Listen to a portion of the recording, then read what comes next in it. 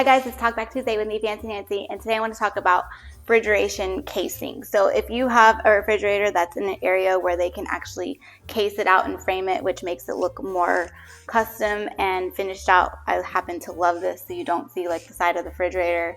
Totally wish we would have done this in my house. For my next house, I will be doing this. But here is an idea. So if you have extra space around here that you can add on to add like little cabinets like this would be good for storing like instead of having these shelves, you could do like cookie sheets or cups, especially like, you know, those grab and go cups. You can store water bottles in here, easy to stock the refrigerator.